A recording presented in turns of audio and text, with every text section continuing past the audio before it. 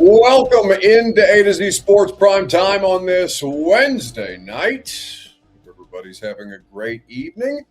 We are going to talk about the New York Giants and their odd connection to the Tennessee Titans by way of coaching staff hires. John Harbaugh, who was at one point potentially interested in talking to the Titans about their head coaching vacancy, who never actually took an interview with the Tennessee Titans because he was the first hire made by the New York Giants, who targeted him the whole way through. And I'm sure in Harbaugh's mind, this offseason would have gone a little more seamlessly in terms of Todd Monken maybe not getting a head coaching job. He would have been able to bring Todd Monken with him to New York. Instead, Monken will be the head coach of the Cleveland Browns and is now and has been pilfering some of the former Ravens assistants, who I'm sure John Harbaugh had an eye on, to Cleveland to work with Todd Monken. So you've seen John Harbaugh make a tremendous amount of both former Titans hires and Titans adjacent hire that is very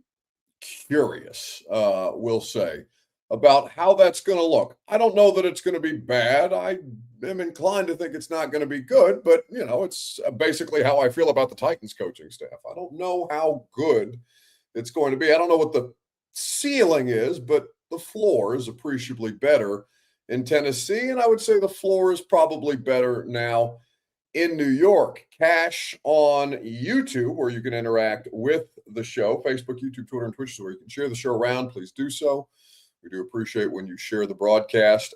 Cash says, Giants fans were talking so much crap a month ago. Oh, how the tables have turned. Somebody else adds that this shit is hilarious, the fact that the Giants are hiring so many former Titan staffers and hired Matt Nagy to be the offensive coordinator, who at one time was the favorite to be hired as the next Titans head coach. So it's a weird dynamic going on between Titans fans and Giants fans on social media, but it is a very curious science experiment that's going on in New York, and one that bears taking a look at to see, okay, what's fair criticism of people like Brian Callahan and Tim Kelly and Denard Wilson and Frank Bush and Matt Nagy and all these other Titans people or Titans adjacent people in the case of Nagy? What really is the benefit of having them on the staff if they're not going to be doing the jobs that they failed at? And how much better could they be in the case of Brian Callahan, for example, if he's not asked to be the head coach in New York? Dixie says, Buck, just let the beard grow. It's going to be sick. It is. I haven't shaved in a month. This is what it looks like when I let my facial hair go for a month. I've been keeping the neck beard down, though. The neck beard needs a shave too at this point in time. I picked my mom up from the airport the other day. They flew out of Nashville to go to Puerto Rico. My mom, my sister, my grandma, they took my grandma to Puerto Rico for her 90th birthday. So I picked them up from the airport last night. My mom, and she's allowed to say this to me because, of course, she was at one time married to my father, who was during his life Egyptian, of course, and Muslim. She told me, you look like a Muslim fundamentalist. And again, in daily dialogue, like, you guys can't say that to me. She's allowed to say that to me. And you know what? The look is getting a little fundamentalist at this point in time. But, I'm thinking about keeping the beard maybe not so bushy. I look a little poofy at this point. If when I shampoo and condition my hair and my beard, I go full fro on both sides. So we are anyway. It's about time at this point. I haven't shaved in 2 years. I got a lot of people beat. Listen, some people can't grow facial hair. I am Arab, so hair is never going to be a problem. Hair and a tan are the two things that I have in spades at this point. But yeah, the beard is getting a little. I don't want to go full Duck Dynasty at this point. Anyway, we're not here to talk about my facial hair and my ability to grow facial hair. We're here to talk about your former coaching staff going to work for the New York Giants in an interesting marriage that is worth talking about here tonight. So share the broadcast around. You know the drill. And we will look forward to your participation. Text the link to a friend.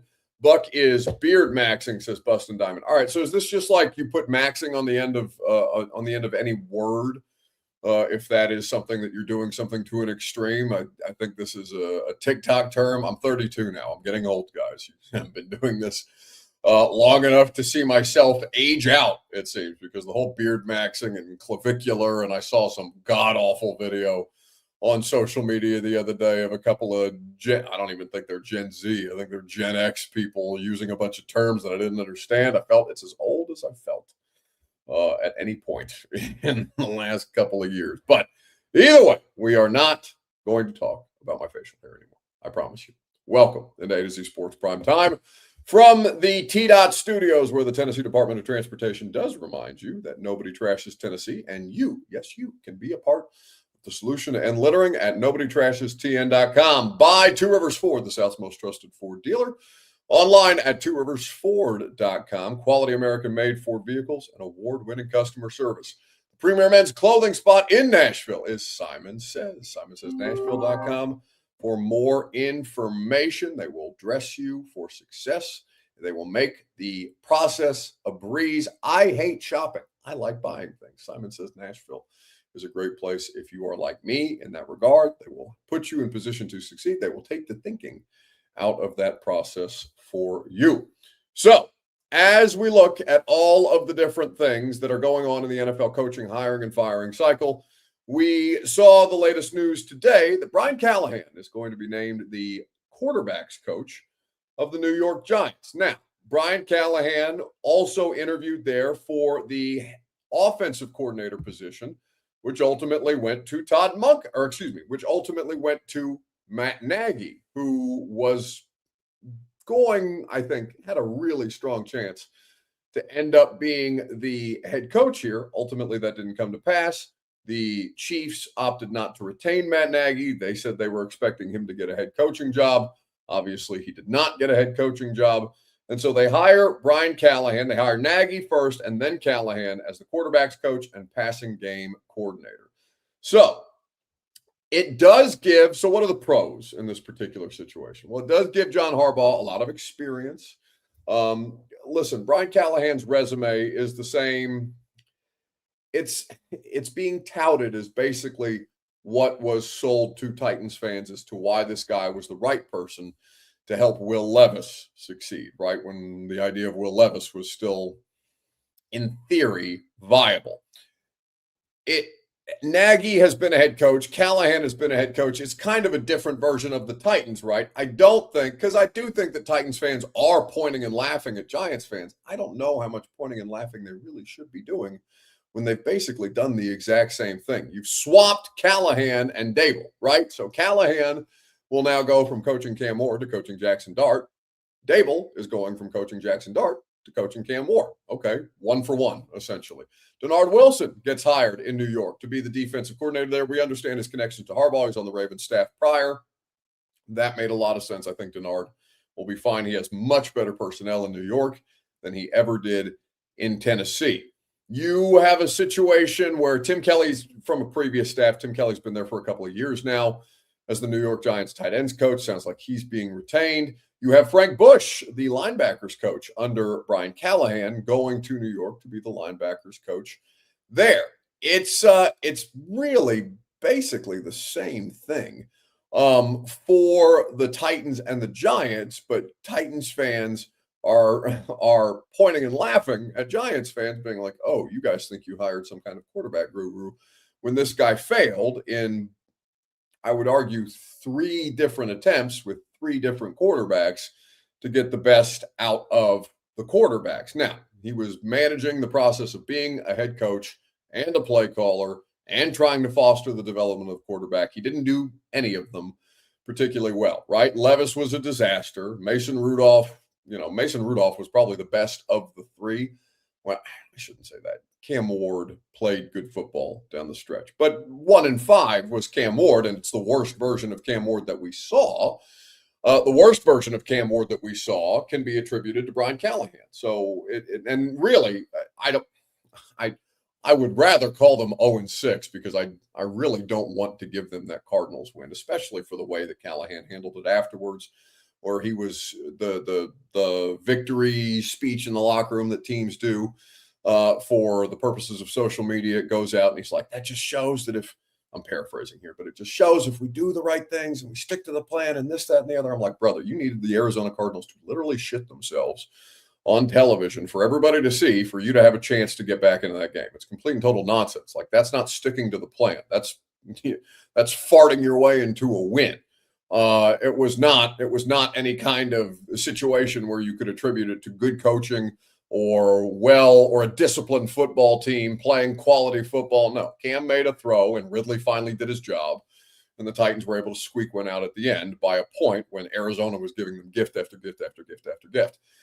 Cam Ward got appreciably better after Brian Callahan was relieved of his duties. Now, maybe Cam would have always gotten better if they'd have ridden that thing out with Callahan.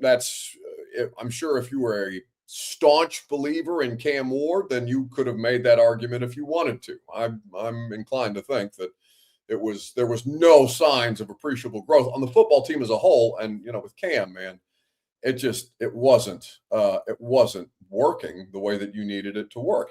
And frankly, Levis got worse. Like, I'm not saying that Tim Kelly was good or that Mike Vrabel was any more proficient. We know that Mike is not more proficient than somebody like Brian Callahan at the idea of quarterback development, right? He's not that's not his background. But I thought Levis was infinitely more manageable and more efficient with Tim Kelly and Mike Vrabel than he ever was with Brian Callahan, which is a very bizarre thing to experience given all the things that are regularly cited on Callahan's resume. Your Two Rivers Ford take, by the way, what was your reaction to the Giants hiring former Titans head coach Brian Callahan? Facebook, YouTube, Twitter, and Twitch, where you can give me your reaction. We'll discuss at length together right after I remind you that your Two Rivers Ford take, presented as always by the South's most trusted Ford dealer, Two Rivers Ford, where they are local, where they are honest, where they always get you the best price for your budget and for your family's needs. They're not going to upcharge you. They're not going to try and tack a bunch of things on that are extra. So when you get ready to check out and buy your new vehicle or finance your new vehicle, that there's a bunch of different things that you didn't think were going to be included that drive that price up. That happens at a lot of dealerships. Never at Two Rivers Ford, where they have been in business for over 4 decades. Go to Two Rivers Ford in Mount Juliet or online at tworiversford.com today. So what was your reaction to Brian Callahan getting hired as the quarterbacks coach and passing game coordinator for the New York Giants? Jeff says happy for him. You know what? I'm also happy for Brian Callahan. Listen, I know you guys didn't. There's no reason for you to like him other than for people like me who dealt with him on a damn near daily basis. This is a genuinely good person.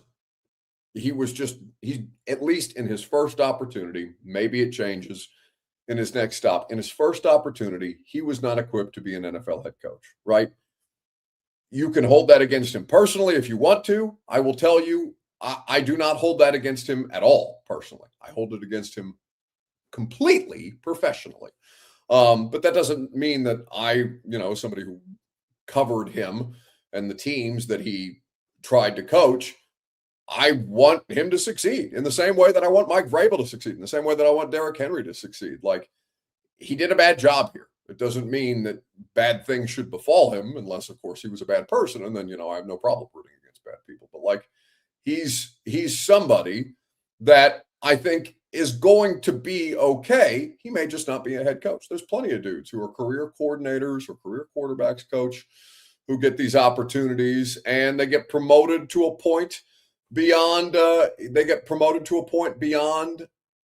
their competency. It happens in a lot of different professions. Many people would argue that I've been promoted past the point of my competency. You may be right. It's entirely possible. But that's not going to keep me from, doing the job and making the money and all of these different things. But I am curious to know if there's any level of self-awareness among Titans fans where you think that you hired an appreciably better staff than the Giants. At least that's the vibe that I get from you guys. And I think that Denard Wilson, Robert Saleh, I don't know how that's going to end up playing out. Robert Saleh has definitely been the career better defensive coordinator for sure. But Denard Wilson has been dealt a shit hand in his 2 years of an opportunity to be a defensive coordinator. I thought Denard did a pretty good job, honestly, given the circumstance. Maybe you take a different issue than I do. I don't. Saleh has a better resume than Denard Wilson. There is no disputing that. I would not even try. But I'd be curious to see if Denard Wilson can do better with better players. On the offensive side of the ball, Dable and Matt Nagy. Now, this may not define their careers as offensive coordinators. Matt Nagy was a play calling head coach in Chicago. Dable was a play calling head coach in New York. Matt Nagy had Mitch Trubisky to work with. Brian Dable had Daniel Jones, and through Daniel Jones' injury, he had Tommy DeVito, and a couple of different things here. And listen, I never had, the level of hatred that you all had for Matt Nagy. I never understood it. I think you guys, read a bunch of shit on Chiefs Twitter and took it as gospel rather than actually looking at the job that the two of them did. Their records as play calling head coaches, offensive play calling head coaches with suboptimal quarterback situations. Matt Nagy was better than Brian Dable on aggregate. They both won Coach of the Year for what it's worth. They both had success early and then, didn't do much after that. Nagy was better as a head coach by record. It doesn't mean that he did everything better than Brian Dable. I'm just saying, if you're going to look at the things that the two of them accomplished during their time as offensive play calling head coaches with suboptimal quarterback situations, Nagy's resume reads better. Doesn't mean he'll be better now. I have no idea. Doesn't mean that Dable was appreciably worse during his time as a head coach. I wouldn't say appreciably, but there is no disputing that he did a worse job on aggregate than Matt Nagy did when they both had the same job. So how they'll do as offensive coordinators, I'm fascinated to see. Curtis said, God forbid fans, talking about reading shit on Chiefs Twitter, God forbids fans research and form an opinion based on what coaches did and didn't do. No. I'm not down on that at all. I'm down on you guys going to Reddit pages and Twitter where none of you have any common sense and are not actually getting good information from inside the building. You're making assessments like, well, Matt Nagy is the reason why the Chiefs' offense got worse, which is just dumb shit. It's nonsensical. It doesn't have any bearing in fact-based analysis, other than the time that Matt Nagy got there is the time that the Chiefs roster fell to shit around Patrick Mahomes.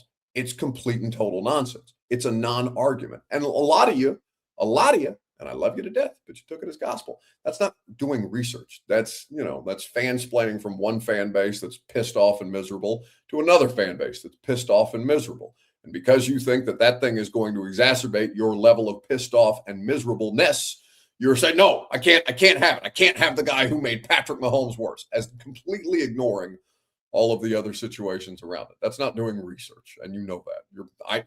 Curtis, I see you enough in these chats, I feel like, whether it be the radio show or here, I know you're an informed fan. I know you pay attention to all the shit about your team. That doesn't mean that if you count that as research, I would tell you that you need to reevaluate what you constitute as research. I'm not saying that you can't get some good information from social media.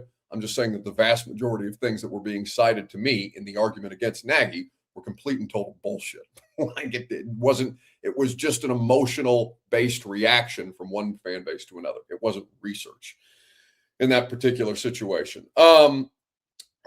Awaken to the Eternal says, Buck, your cup is always half full when it comes to the Titans. Well, that would mean that I'm more positive on the Titans. We know you, we understand. Listen, no, my whole thing on MB says, why are you trying to sell us on Nagy tonight? Well, no, I'm just talking about the comparison, but I understand why it sounds like that. So I appreciate the course correction. No, I reserve the right to wait to see how it plays out. I'm not overwhelmingly down on the situation. Again, I don't think I have been as down on them as humanly possible. I lowered the bar for them so much these last 2 years, and they still found a way to shit themselves on a regular basis. So I understand that the people responsible for the shitting of themselves are in large part no longer here. I also understand that a lot of people who made the decisions to hire the people that shit themselves are still in the building and now, relegated to a less hands-on situation, which makes me feel better. But I would like for them to prove it, that they're capable of doing the kind of things that you guys hope that they do, right? Nobody's making any I mean, hell, we haven't even done free agency or draft or anything like that. We don't know what the full roster construction will be like. I'm just saying that the coaching staff is a fine idea. We'll see how it works out on both sides. I think that Giants fans and Titans fans are kind of Spider-Man memeing each other, where they're pointing at each other and being like, yeah, these things are kind of the same. There's not that much difference, even though I think that Titans fans are taking a bit of an air of superiority with this. What I will not stand for is the gaslighting of Giants fans by New York media, the way that I saw earlier on socials about Brian Callahan's resume, not including Will Levis, Mason Rudolph, and failed the worst version of Cam Ward, right? Again, Cam Ward did get better. I don't think Cam Ward failed last year. They were 3-14. Maybe you could argue that he did, but I'm sure he would argue that he did. But when you have a resume that you're citing Matt Stafford, Peyton Manning, all the things that they told you were going to help your quarterback situation, that level of experience, but not including Levis and Ward and Rudolph, I think that's wildly disingenuous. I think that's not telling the full extent of the story for this person who, again, I think can be good and who I think has some viable traits as a offensive-minded coach in some form or fashion, but that person does not get off the hook as the offensive play caller for three quarterbacks who were frankly disastrous during his tenure there. And Cam Ward was disastrous at moments during that 1-5 stretch. So Ben Hall says, imagine saying you coached Peyton Manning, especially Peyton Manning at Denver. Like Peyton Manning at Denver is a fully formed player. You are along for the ride, right? Matt Stafford, I think, was even like 6 or 7 years into his tenure. Derek Carr is another one that cited. Burrow is the one that he would have the best case for, but like, I don't know. I think Joe Burrow's going to do a lot of that regardless of who's coaching him. And I don't think that Brian Callahan deserves no credit whatsoever. I'm just saying that the other three veteran quarterbacks that are cited before Joe Burrow, Callahan's more along for the ride. He's only 41, right? Like Peyton definitely would have been older than Brian Callahan during their time together in Denver. And I'm not saying that you have to be older than somebody to be smarter than somebody. In fact, I think the older I get, I'm probably getting dumber. I think a lot of us feel that way, depending on how you, what you're doing to keep your mind sharp. God knows Titans football is just numbing my brain. Though I can do a few more crossword puzzles and try to keep my mental right. I think that on the whole, there's a lot of this that is gaslighting Giants fans, and Giants fans took issue with me pointing out the fact, no, you don't get to omit your one season and 6 games in Tennessee where you were subsequently fired and did a disastrous job. I want Brian Callahan to succeed. I hope he does the best possible job with the Giants. I hope Brian Callahan goes on to have great success and gets another head coaching opportunity and does better the second time around. I hope all of those things for Brian. He was nothing but good to work with during his time here for me. Maybe people feel differently in the media. I never had any issue with Brian Callahan personally, but that does not mean that I'm just going to like turn my head when I'm scrolling social media and seeing people like Art Monken, who cover the Giants, citing all these great quarterback things that Brian Callahan did without talking about the shitty stains on his resume that the last 2 years essentially were. So all that to say, my reaction to seeing Brian Callahan getting hired was, well, good for him. Glad to see he landed on his feet. But also, that's going to be an interesting marriage. Dart, I don't know what Dart is going to end up being as a player. I don't trust Jackson Dart. I trust Cam Ward infinitely more than I trust Jackson Dart because I trust that Cam Ward doesn't protect himself in the best way possible, but he's not reckless. Well, I don't know. He's at times reckless, but not like physically reckless with his own well-being the way that Dart is.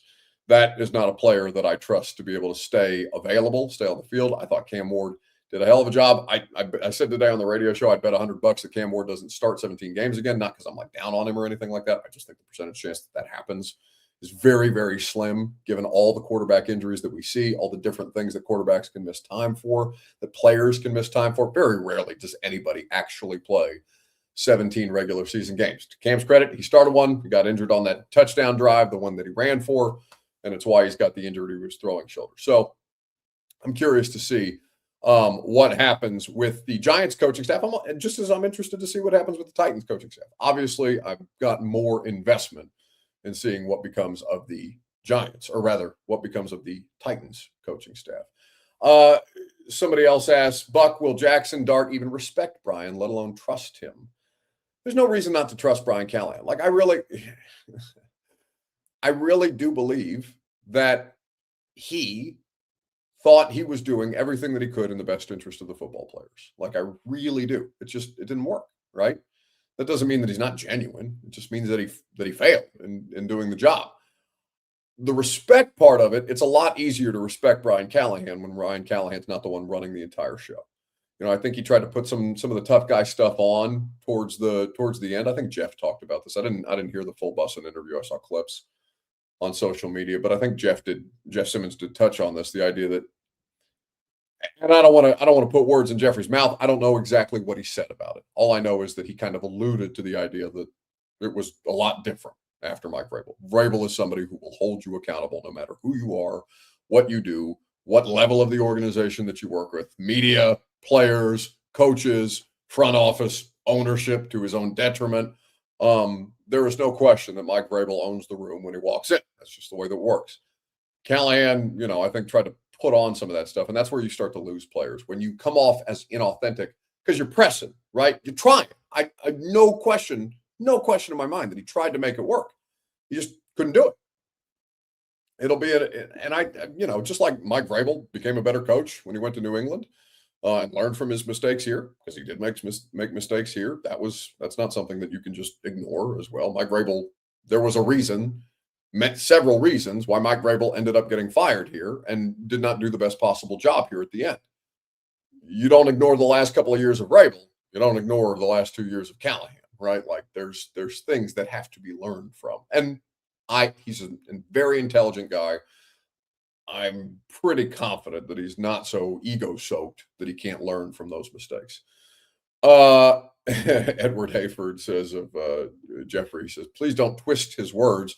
We don't want him looking for you during training camp. I wonder when we should try and get Jeff on the show at training camp this year. Maybe not at training camp. I don't know. Maybe in a more relaxed setting. Because Jeffrey and I have been fine. That's 2 years ago that's happened. And, I'll probably say something if whatever the circumstance calls for criticism of Jeffrey Simmons, I'll probably say something that Jeff doesn't like again in the future. And I'm sure Jeff will yell at me about it. Maybe not in public.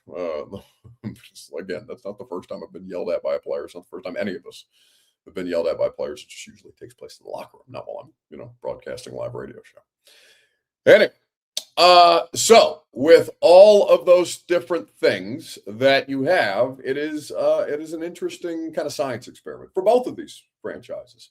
I don't know who's going to do better between the Titans and the Giants. I like Harbaugh more than I like Saleh. I like Dable as a play caller more than I like Nagy. I'm really interested to see what becomes of Denard Wilson. I hope Denard, again, people that you root for, I hope Denard Wilson does everything that he wants and has great success and goes on to do great things. I hope Denard Wilson does nothing but good. But I am, I'm curious to see how that plays out. I think a lot of people, maybe not, maybe I'm overblowing it, but I think a lot of Titans fans are going to be kind of looking side-eyed at the Giants this year. In fact, do you guys play? You do play. I think the Giants come to Nashville this year, if I'm not mistaken. Let me double check that schedule real quick. This is not great for the purposes of doing the live stream, but I want to say that the Giants are a home opponent for the Titans in 2026. Let's see. Titans' future opponents. Bear with me here. They have the Jets. Okay. But they do play at the Giants. Okay, so we will go to New York. We will go to New York, and New York will come to us, right? So the Jets will play at Nissan Stadium. The Titans will play at MetLife against the Giants this year. Interesting.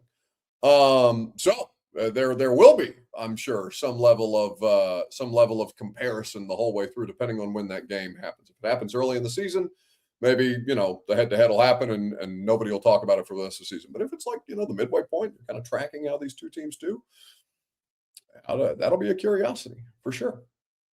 Speaking of curiosities, well, I've rambled a little bit here, so we'll save that topic for another night. A to Z Sports Prime Time is made possible by the wonderful people at Two Rivers Ford, South's most trusted Ford dealer. Online at tworiversford.com. They are making our trip up to the Indianapolis Scouting Combine. Robert's done some great work so far. Two Rivers Ford is going to do great work to get us up to Indy, as they always do. We've got a lot of fun guests planned for you for the Scouting Combine. We're going to have Salah. We're going to have Borgonzi. Sounds like, Robert, I don't want to jinx it, but can I tease a little bit of people that you may have? He's not paying attention to me. I think he's asleep in his chair. We feel pretty confident about our friend from the Ringer. Yes, is that something that can be put out into the ether, or you want me to table that until we have? Who? I was asleep. I just woke up. Did you actually? Yeah, I was asleep. I'm so scared. I was just saying you've done. I was praising you. I was giving you compliments for. Oh, you bet your sweet bippy. Yeah, Who are you teasing? I wasn't going to say anything about potentially somebody who you very much respect in the world of the NFL draft from the Ringer. Oh, Shad McTay.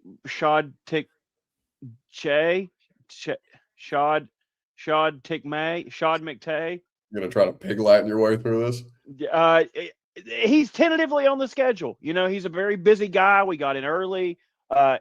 He has a lot of stops to make, and we are tentatively on the schedule. I feel safe saying that. Now, if something comes up where he has the opportunity to talk to somebody more important than us, will we get kicked aside? Maybe, but I'm okay with that. We tentatively have him on the show, and says, "Nice headphones, thanks. They're new." Diamond says, when will the media speak to Dable for the first time? Robert wants me to ask for Dable at the Combine. And I'm not opposed to that. I haven't made I was texting Mina today. I feel pretty good about Mina being on the radio show while we're up there in Indy. Sick. So we'll look forward to that. Mina, Kevin Clark.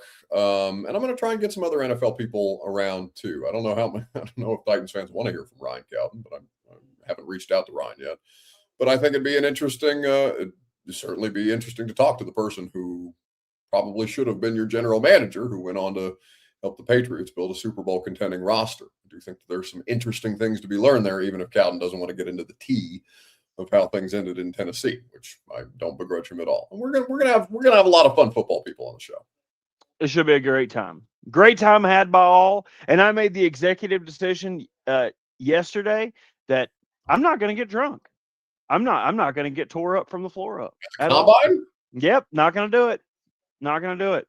Well, I'm going to be drunk. Yeah, I figured. I might take one night. I'm just too scared. We got too much shit to do. I ain't trying to miss nothing. Oh, you rookie. That proves it's nothing about being a rookie. I just don't trust myself. I don't trust myself not to get so messed up. Be a pro. Grow up. Yeah. Grow up. Okay. Go get drunk with the rest of us until 4 a.m. and show up at 7 a.m. for the Combine. That's how this thing works. If you can't handle it, shut up. Okay, just know we're all going to be watching. The world's going to be watching to see whether Robert Walsh can handle the Indianapolis Scouting Combine. Going to be a lot of fun. Anyway, Two Rivers Ford going to make our trip up there possible. Primetime show also made possible by Simon Says Nashville, the premier men's clothing spot in Nashville. I'm going to go buy some new clothes for the Combine. Simon Says you can get great deals at Simon Says. They've got a variety of different items for 40% off right now. Always cool looks for you to dress as the best version of yourself at SimonSaysNashville.com. All right, a little bit of rising and falling. Whose stock rose, whose stock fell this week? Stock down the Patriots. Patriots got their ass whipped in the Super Bowl. And, it could have been a quality bounce back candidate. Certainly New England is going to need a bounce back. There's been a lot of dumb Will Campbell talk out there. It sounds like, based off the smarter offensive line people who are doing the analysis on social media, that the Will Campbell thing is being overblown. This is from offensive linemen themselves, like Mike Golick Jr. and Jeff Schwartz and a lot of these former offensive linemen who are out here diagnosing the problem. Trent Brown weighed in. There's a lot of NFL tackles who are being like, yeah, you guys don't know what you're talking about from a technique standpoint. This is not why Will Campbell gave up 14 pressures in the Super Bowl. Either way, Patriots stock down after this Super Bowl ass whipping that they sustained. Come on, we got to be pissed together. Okay, you know what I mean? 307 days. That's all it was. We got a lot more days ahead of us. Okay? You hear me? Hey, 307 days. That's all we got. We've just played 307 days. We got a lot more football left in our program.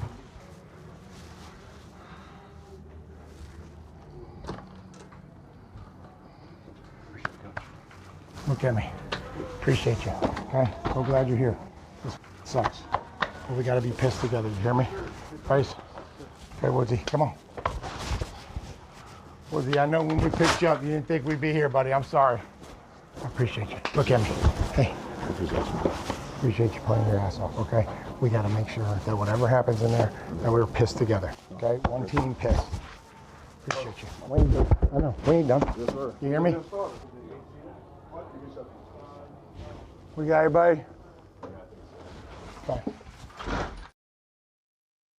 Damn, that's the first time I've watched that. That made me sad.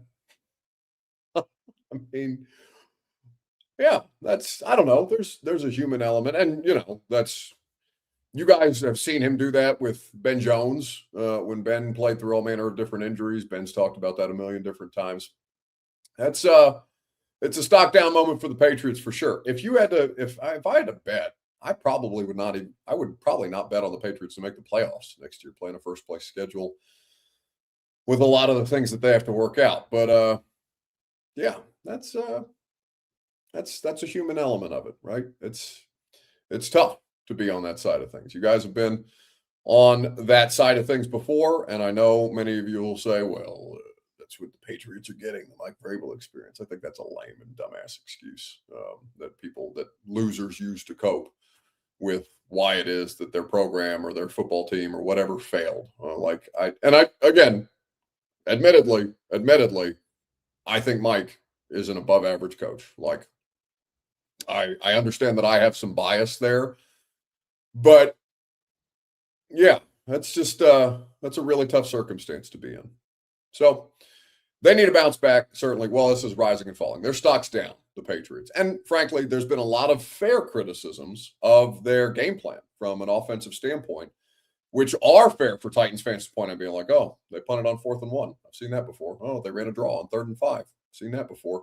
Those are completely fair because you guys have lived that experience too. But it's one of those things where, you gotta actually have success before you point and laugh at the ones who are having more success than you are. I do love the idea of the no excuses. You win as a team, you lose as a team. Like that is how it should be, regardless of what you think of the person and what happened after he left, and whether you've been pointed and laughed at because your franchise was dumb in firing him. All these different things. Stock up, Bad Bunny. Easy for me to say. Bad Bunny crushed it. At the Super Bowl, Bad Bunny, I saw that the YouTube that the NFL posted of the Bad Bunny performance had 66 million views in the first 48 hours that it was up. Usher's performance from 2 years ago has 33 million views total. Like, Bad Bunny killed it. I think for the most part, if you actually gave the halftime show a chance, which 128 million people in America, or 128 million households in America did, you probably enjoyed the experience. Stock down everything that was happening with the hillbilly bullshit, the halftime pre-recorded lip syncing nonsense that they put out there. I want to drink my beer and go catch a fish and all the other redneck convention. Anyway, that's going to do it for us tonight. We appreciate your participation. We hope to see you tomorrow morning at 10 a.m. We will. Oh, Robert, we're going to T-Line. Robert knows that I hate going on remotes, but T-Line is a fun place. T-Line where you can do curling. It's the Olympics. I'm probably going to be there from 9:55 to 12:55. Robert and Lucas sound like they're going to be drunk and curling and watching the USA game at 2 p.m. I think it's an exhibition game, right? It's the first round for the USA hockey team, the men's hockey team. I don't think these are actual medal rounds that they're playing, and I haven't looked at the schedule. But it's an awesome place. If you're hanging out, the radio station is going to be broadcasting from the start of our show at 10 a.m. through the evening with 3HL at 6 p.m. They have a great happy hour, awesome bar, really good food. I've been to T-Line before on a non-work related venture. So if you want to go hang out with Robert and Lucas and Slay and Brent and Dawn, who I think are all going to be there, maybe we'll see. If you guys are there, maybe I'll hang around for a little bit. If not, I'm probably going to go home. But we appreciate your participation as always. See you tomorrow morning at T-Line at 10 a.m. on 104.5 The Zone.